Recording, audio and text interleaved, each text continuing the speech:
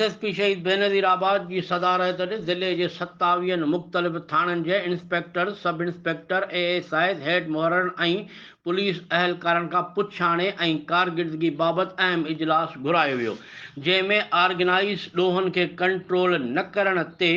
27 मुख़्तलिफ़ थाणे जे ऑफिसरनि ख़िलाफ़ शाहिदियूं मिलण ते इंस्पेक्टर, सब इंस्पेक्टर, एएसआई वॾनि मुंशियुनि जी 1 साल जी नौकरी ज़ब्त करण जो हुकुम ॾेई छॾियो, जॾहिं त 4 सब इंस्पेक्टर ऐं 9 एएसआईस खे मुहकमाना सज़ा ॿुधाई वई ऐं 56 पुलिस अहलकारनि खे गैर हाज़िर रहण ते आख़िरी वार्निंग ॾिनी वई। इन मौक़े ते एसएसपी महज़ूर अली ॻाल्हाईंदे चयो त ज़िले में कंहिं बि क़िस्म जे ॾोह खे बर्दाश्त न कयो वेंदो।